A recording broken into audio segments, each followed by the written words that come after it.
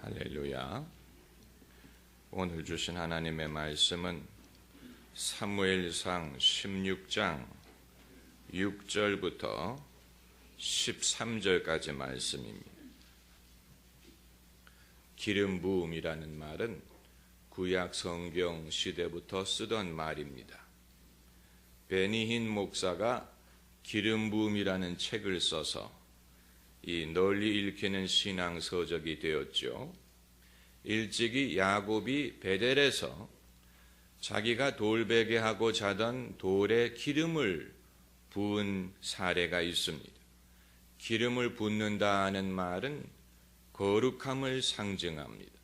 하나님이 야곱에게 베델에서 나타나셨기 때문에 야곱이 그 일을 기념해서 그 장소가 하나님의 성전이요 하늘의 문이다, 이런 의미에서 그 돌에 기름을 부었습니다.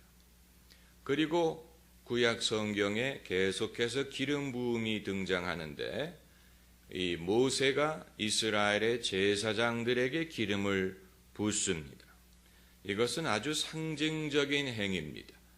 기름이 뜻하는 것이 무엇입니까? 성령을 상징하지요. 그러므로 사람에게 기름을 붓는다는 것은 하나님이 그 사람에게 성령을 주시고 직분을 맡기신다는 그런 뜻을 가지고 있습니다. 그런데 기름 부음이라는 행위가 하나의 상징적인 예식에 그치지 않고 실제로 하나님이 기름 부은 사람에게 성령을 강하게 부으신 사례는 다윗의 경우가 거의 유일할 것이라고 봅니다. 거의라는 말을 제가 쓰는 이유는 제가 알기에는 그렇다는 얘기입니다. 사무엘 선지자는 다윗에게 기름 부기 전에 사울에게도 기름을 부은 적이 있고 그 이외에도 선지자들이 많은 사람들에게 기름을 부었습니다마는 그것이 기름을 붓는 것으로 끝난 경우가 대부분인데 다윗의 경우에는 이것이 하나의 예식으로 끝나지가 않고 사무엘이 다윗에게 기름을 부은 결과로 하나님이 다윗에게 성령을 주셔서 오늘 본문을 보면 이날 이후로 다윗이 여호와의 신에게 크게 감동되니라. 정말로 성령이 다윗에게 임하셨다는 말입니다. 여러분, 상징이라는 말은 눈에 보이지 않는 실체를 눈에 보이는 방법으로 나타내기 위한 것입니다. 그래서 비둘기가 성령을 상징을 하고 평화를 상징하고 하트가 사랑을 상징하고 이런 식으로 눈에 보이지 않는 실체를 눈에 보이는 것을 통해서 나타낼 때 그것을 상징이라고 부르는데 신앙생활에도 여러 가지 상징적인 것이 있습니다마는 만일 그것이 상징으로 끝나고 실체가 따르지 않는다면 그것은 종교적인 형식으로 끝나버리고 말 것입니다. 교회 생활에는 여러 가지 상징적인 행위가 있습니다. 세례식도 그 중에 하나입니다. 세례식에서 사용하는 물, 그 물은 거룩한 물도 아니고 그 물이 사람의 죄를 씻을 수 있는 것도 아닙니다. 사람에게 물을 붓는다고 해서 그 사람의 죄가 씻김을 받을 수 있는 것이 아닙니다. 세례받는 사람의 마음속에 진정한 믿음이 없는 상황에서는 아무리 세례를 베풀어도 그 사람의 영혼이 구원받을 수 있는 것이 아닙니다. 진정한 믿음이 있고 진정한 회심이 있고 그리고 세례를 받을 때 그것이 의미가 있는 것이지 실체가 없는 상황에서 상징은 종교적인 형식에 지나지 않을 것입니다. 성찬식도 마찬가지입니다. 성찬식 때 나누는 떡과 포도주가 실제로 예수님의 살과 피가 되느냐, 이것은 종교개혁 시대부터 신학적인 논쟁이 됐습니다마는 우리가 조금만 생각하면 금방 이해할 수 있습니다. 그럴 리가 없지요. 어떻게 그것이 그 순간에 예수님의 살과 피가 됩니까? 예수님이 처음 제자들과 성찬식을 행하실 때 제자들에게 이것을 먹으라, 이것은 나의 살이다, 이것을 마시라, 이것은 나의 피다. 그러나 예수님이 진짜 당신의 살과 피를 나눠준 것은 아니지요. 예수님의 살과 피는 이후에 예수님이 십자가에 달리실 때 그때의 희생을 당한 것이지요. 그렇기 때문에 성찬식 때 우리가 나누는 떡과 포도주는 예수님의 희생을 기억하기 위한 것이지, 예수님에 대한 믿음, 예수님에 대한 이 구원의 이 경험, 회개가 없는 상황에서 그 떡과 포도주를 먹는다고 해서 자동적으로 어떤 효험을 얻는 것은 아닙니다. 신앙적인 상징에는 어디까지나 한계가 있습니다. 저희 교회는 영적인 실체를 강조하려고 하다 보니까 상징성이 있는 예식을 최소화하려는 그런 경향이 있는데, 여러분, 이것은 우리가 유아들을 가르칠 때는, 어린아이들에게 더하기 빼기를 가르칠 때는 시청각 교재를 많이 사용을 하죠. 그래서 얘야, 아빠가 사탕을 3개를 사왔고 엄마가 2개를 사오면 모두 사탕이 몇 개냐? 이건 애들한테는 필요한 방법이지만 어른에게 그런 식으로 말을 한다고 생각을 해보세요. 그건 어울리지 않지요? 신앙도 마찬가지. 어린아이에게 신앙을 가르치는 방법이 있지만, 그러나 이미 이런 것을 이해할 줄 아는 사람에게 가르칠 때는 불필요한 시청각 교재나 불필요한 예화나 불필요한 상징이 필요가 없지요. 본론으로 들어갈 수가 있습니다. 안수라는 예식도 마찬가지입니다. 안수, 목사도 안수를 받고 장로도 안수를 받고 안수집사도 안수를 받습니다. 그렇기 때문에 안수집사라고 부르는데, 그런데 만일 안수라는 행위가 그냥 사람 머리에 손을 얹는 것으로 끝나버린다면 무슨 효험이 있겠습니까? 우리가 바라는 것은 교회가 누구에게 안수를 할 때 그냥 손을 얹는 것으로 끝나지 않고 정말로 하나님의 기름 부음, 하나님의 능력, 하나님의 이 은사가 그 사람에게 전달되기를 바라는 것이죠. 사마리아가 복음을 받아들였을 때 아직 성령이 성도들에게 임하지 않았기 때문에 예루살렘에서 베드로와 요한이 와서 그들에게 안수를 했다 그랬어요.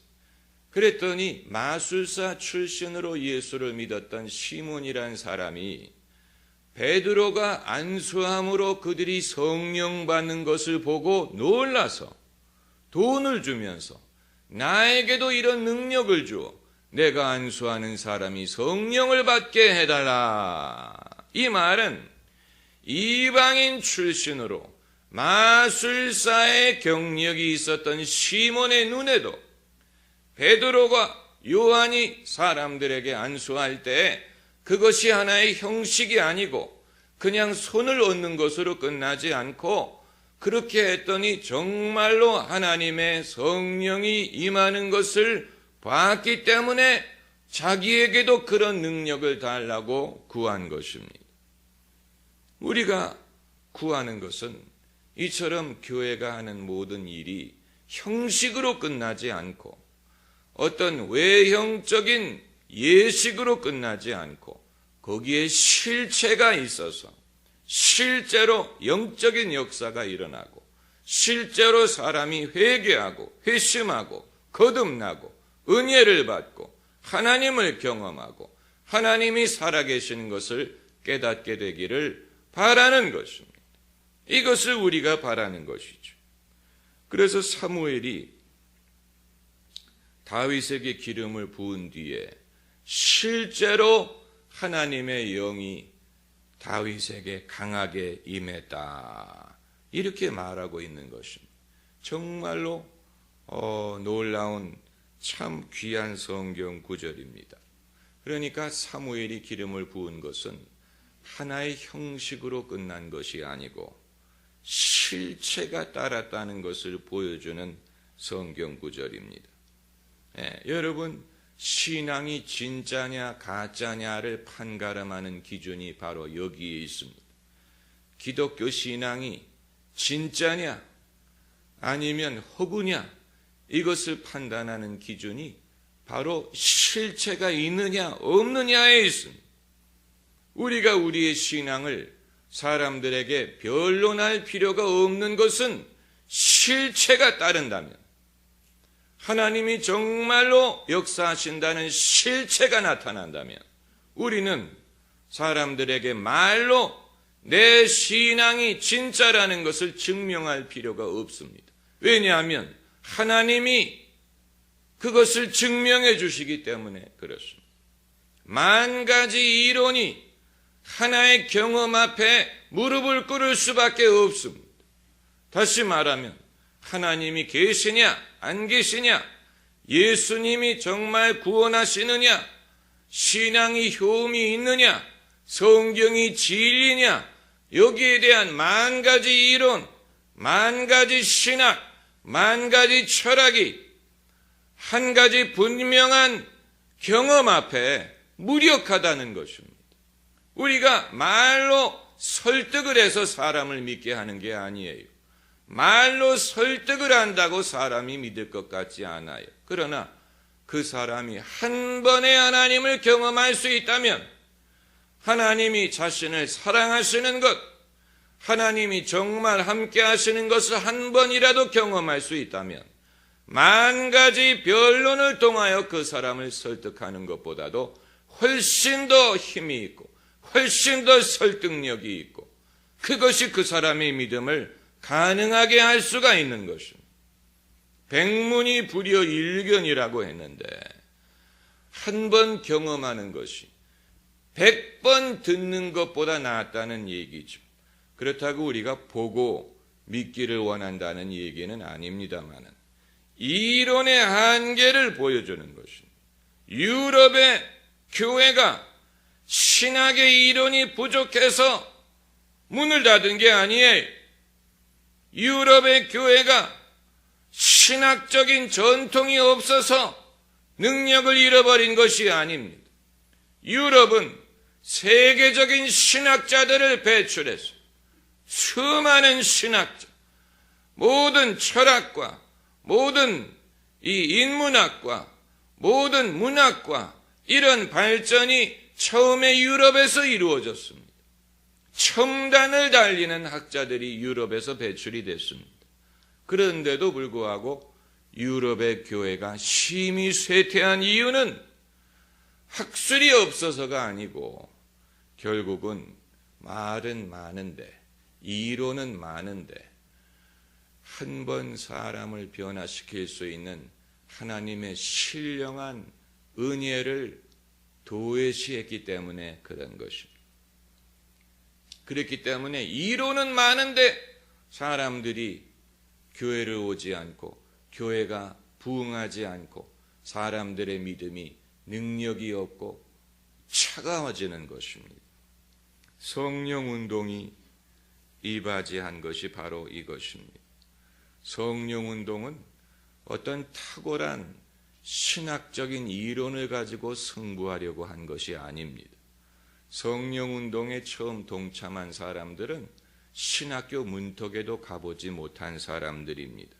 그런데 그들이 성령을 경험하고 성령의 능력을 경험한 것이 교회의 부흥을 가져다 주었어요. 교회의 새 힘을 주었습니다. 그래서 의구심을 갖고 있던 많은 사람들을 확실한 믿음으로 인도할 수가 있었어요. 사람들이 하나님을 경험했어요. 하나님의 사랑을 확신하게 되었어요. 성령이란 존재가 어떤 존재인지를 알게 됐어요. 성령에 대해서는 모든 신학자들이 이미 알고 있는 바예요. 그러나 성령이 하시는 일을 경험하지 못한 사람들이 많이 있었던 것입니다. 그래서 미국과 유럽의 기독교의 결정적인 차이점은 미국의 기독교에서는 성령 운동을 경험을 해본 적이 있는데 유럽은 그렇지가 못했어요. 그래서 20세기에 미국의 기독교는 그 생명을 유지할 수 있었지만 유럽은 많은 교회들이 문을 닫고 사람들이 교회를 떠나고 인구의 교회를 출석하는 사람들의 비율이 2%를 넘지 못하는 국가들이 많이 있습니다. 영국이 그렇고 독일이 그렇습니다. 인구의 2% 교회를 출석하는 사람들의 숫자가 왜 이렇게 됐느냐? 이 실체를 경험하지 못하는데 문제가 그게 다라고 볼 수는 없지만 다만 우리가 믿음의 확신을 얻기 위하여 영적인 경험을 쫓아다니는 것은 바람직하지 않습니다. 오늘 본문에서 다윗이 기름 부음을 받기 위하여 사무엘을 찾아온 것은 아니에요. 사무엘이 하나님의 인도를 받아서 다윗에게 기름을 부은 것이죠. 마찬가지로 사람이 내가 뭔가 기적을 보면 믿겠다. 내가 뭔가 성령을 체험하면 믿겠다. 그래서 자신의 믿음의 확신을 얻기 위하여 성령 체험을 쫓아다니는 것은 바람직하지 않습니다. 그런 식으로 성령 체험을 쫓았다가 효험을 받다는 사람을 저는 별로 본 적이 없습니다. 하나님은 그런 식으로 역사하시지 않습니다. 그것은 무엇과 같으냐면 내가 기적을 보면 믿겠다라고 하는 사람과 같습니다. 그런 사람은 백날 쫓아나다는 기적을 보지 못합니다. 하나님은 그런 식으로 역사하시는 것이 아니에요. 내게 기적을 보여달라. 그러면 내가 믿겠다. 하나님은 그런 식으로 응답하시는 분이 아니에요.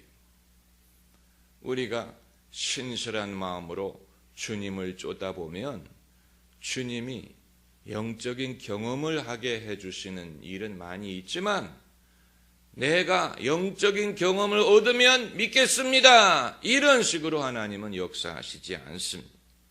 오늘 본문에서 다윗이 기름 부음을 원해서 찾아온 것도 아니고 사무엘이 자기가 원해서 다윗에게 기름을 부은 것도 아니고 하나님이 명하셔서 그렇게 한 것입니다.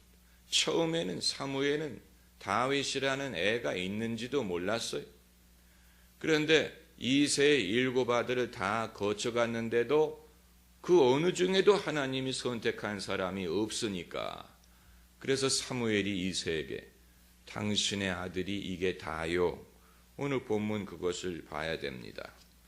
이 11절에 내 아들들이 다 여기 있느냐? 이건 진짜 선지자만이 할 수 있는 말입니다. 진짜 선지자이기 때문에 이것을 물어봅니다. 가짜라면 여기 있는 사람이 다인 줄 알고 흉내를 낼 것입니다. 신용을 하는 강한 유혹에 넘어갈 것입니다. 그런데 진짜 선지자이기 때문에 아무리 봐도 아니거든. 아무리 봐도 여기에 있는 어느 누구도 하나님이 택한 사람이 없기 때문에 물어본 것. 당신의 아들이 다 여기 있느뇨? 그랬더니 이새가 대답하기를 말째가 있는데 그가 양을 지키나이다. 그러면 그렇지. 이상하다 그랬죠. 아무리 봐도 여기에는 없는데 어찌된 영문일까? 그래서 물어본 거예요. 그랬더니 아직 말째가 있는데 그가 들에서 양을 지키나이다. 그게 바로 다윗 막내 아들이었다는 얘기죠. 오죽하면 그 아비가 다윗에 대한 기대가 얼마나 없으면 다른 아들은 전부 다 불러서 사무엘 앞에 세워놨는데 다윗은 부를 생각도 안 했어요. 어떤 신학자들은 다윗이 배다른 형제였을 것이다. 배다른 형제였기 때문에 그 자리에 초청하지 않았을 것이다. 이런 추측을 하는 사람도 있는데, 아무튼 그 아비의 생각에는 막내 아들에 대한 아무런 기대가 없었다는 얘기예요. 설마 그래서 다른 아들은 다 옷을 입혀가지고 좋은 옷을 입혀가지고 사무엘 앞에 세웠는데 막내는 부르지도 않았어요. 그러나 진짜 선지자가 그를 부릅니다. 이 11절에 보내어 그를 데려오라. 하나님이 역사하실 때 빠지려고 하면 안 됩니다. 모두가 거기에 참여해야 됩니다. 의도적으로 빠뜨리면 안 돼요. 가족 예배를 드릴 때, 우리가 가족 사진 찍을 때 가족들이 다 모여 있을 때 사진을 찍지, 애들이 학교 가고 유학 가고 시집 가고 신혼여행 갔는데 가족 사진 찍는 사람은 아무도 없음. 그러면 단둘이 찍지요. 가족들이 다 모였을 때 가족 사진을 찍는 것처럼 하나님이 우리 집에 은혜를 주실 때는 가족들이 다 모여야 됩니다. 아들, 손자, 며느리 다 모여서 함께 기도하고 함께 하나님의 역사를 기다려야지. 사람을 빠뜨리면 안 돼. 밥 먹을 때 빠뜨리는 것도 섭섭한데, 맛있는 거 나눠 먹을 때 누구를 안 부른다. 얼마나 섭섭합니까? 그런데 그거보다 섭섭한 것은 하나님이 기름을 부으러 종을 보내셨는데 누구를 빠뜨리는 것, 그건 정말 섭섭한 것입니다.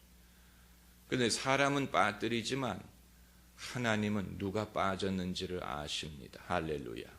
사람은 잊어버려, 사람은 빠뜨려. 그러나 하나님은 누가 빠졌는지를 아시고 빠진 사람이 참여할 기회를 주시는 것입니다. 그래서 막내가 왔는데 보니까 빛이 붉고 눈이 빼어나고 얼굴이 아름답더라. 여호와께서 가라사대 이가 그니 일어나 기름을 부으라. 그러니까 기름에는 임자가 있어요. 사무엘이 뿔에 담아 가지고 온 기름은 임자가 있어요. 아무에게나 부을 수 있는 것이 아니에요. 임자가 있어요. 그 사람에게 부어야 그 기름 부음이 효험이 있을 수가 있는 것입니다. 이처럼 하나님의 부르심, 하나님의 은사에는 다 임자가 있습니다. 남의 부르심을 내가 차지할 수 없습니다. 남의 은사를 내가 흉내낼 수 없습니다.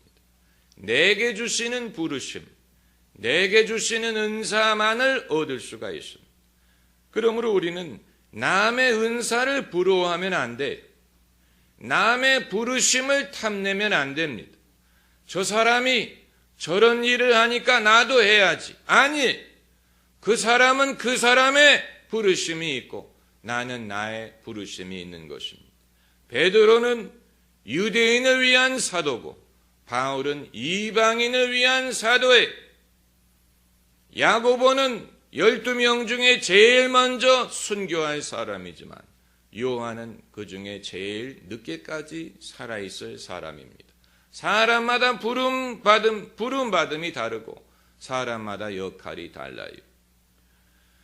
기름 부음에도 임자가 있어요. 그래서 임자가 올 때까지 기다렸다가 그에게 부은 것입니다. 그럼 나머지는 깍두기란 얘기냐? 나머지는 구경꾼이라는 얘기냐? 그건 아니지만 적어도 하나님이 쓰시기 위하여 선택하는 사람은 사람의 생각과는 다르다는 얘기. 사람이 기대한 것과는 달라요.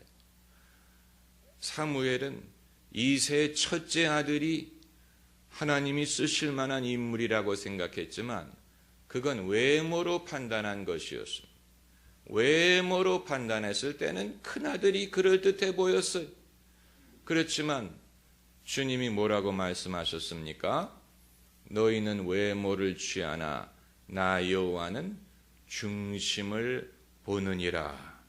주님이 보시는 중심은 무엇인지 우리가 알 수 없습니다. 당연히 알 수 없죠. 우리는 외모를 보니까. 당연히 모르죠. 우리는 외모를 보니까. 하나님이 그러셔서 너희는 외모를 취하나 나는 중심을 보느니라. 중심은 하나님만이 보실 수 있는 거예요. 영적인 거예요. 하나님의 성령은 깊은 것을 통달하신다라고 했는데 하나님은 깊은 것을 보십니다. 무엇을 보시는지 우리가 처음에는 잘 모릅니다. 그래서 오늘 이 설교를 통해서 여러분이 알게 되기를 원하는 것은 첫째로 우리 신앙생활에는 눈에 보이지 않지만 영적인 실체가 존재한다는 사실. 당연한 얘기입니다마는 그러나 잊어버리기가 쉽습니다. 이것을 남에게 설명하기는 어려워요. 그 사람이 경험하기 전까지는 내가 경험하고 내가 아는 실체, 그것이 나로 하여금 믿는 사람이 되게 하는 것입니다.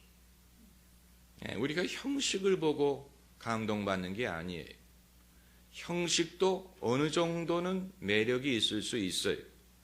뭐 예배당의 건축이든 예배의 아름다움이든 교회 음악의 아름다움이든 뭐 설교의 뭐 이론 뭐 논리든 뭐 이런 눈에 보이는 것이 어느 정도는 매력이 있을 수 있지만 그러나 사람을 회심하게 만들고 사람으로 하여금 자기 자신을 희생하고 믿음을 갖게 만드는 것은 영적인 실체를 경험하기 때문에 가능한 것입니다.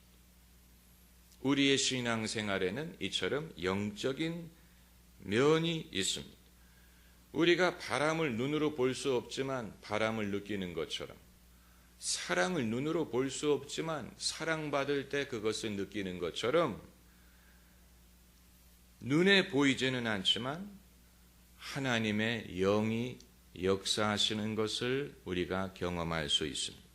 그리고 이제 둘째는 하나님은 당신의 백성에게 지성도 주시고 감성도 주시고 육신적인 힘도 주시고 그렇지만 또한 영적인 능력을 베푸신다는 사실. 몇 년 전에 EQ라는 것이 유행했죠. IQ뿐만이 아니고 EQ가 있다. 그 다음에 해모Q가 있다. 이런 여러 가지 Q. 그런데 우리가 간과해서는 안 되는 것은 하나님이 주시는 영적인 능력이 있다는 사실. 그래서 다윗이 이미 하나님이 선택한 사람이지만 사무엘이 기름을 부은 다음에 하나님의 성령이 그에게 역사하기 시작했어요. 그 이전엔 다윗도 경험하지 못했던 영적인 능력이 그에게 임했다는 얘기예요. 아주 중요한 것입니다. 영적인 능력이 사람에게 임하는 경험, 그것을 건너뛰고 하나님의 일을 할 수가 없습니다. 그리고 세 번째는 다윗이 그냥 어느 날 갑자기 이러한 은혜를 받은 게 아니고 사무엘이라는 신앙의 어른을 통하여 이러한 경험을 할 수가 있었다는 사실. 그러니까 영적인 것을 알고 증거할 수 있는 사람의 역할이 필요합니다. 신앙의 스승, 신앙의 선배, 신앙의 코치가 반드시 있어야 됩니다. 사무엘이 다윗에게 기름을 부은 일이 별거 아닌 것 같아도 그렇게 했기 때문에 하나님의 영이 다윗에게 임할 수가 있었던 거예요. 다윗이 혼자 이렇게 할 수 있었던 게 아니, 하나님은 사무엘이라는 영적인 스승을 통하여 다윗에게 은혜를 베푸신 것입니다. 그러므로 신령함을 경험하는 교회가 되기 위해서는 신령함을 가르칠 수 있는 목회자가 있어야 되고, 영적인 능력이 있는 성도가 되기 위해서는 영적인 것을 장려하고 코칭하는 스승이 있어야 됩니다. 스승의 역할이 필요합니다.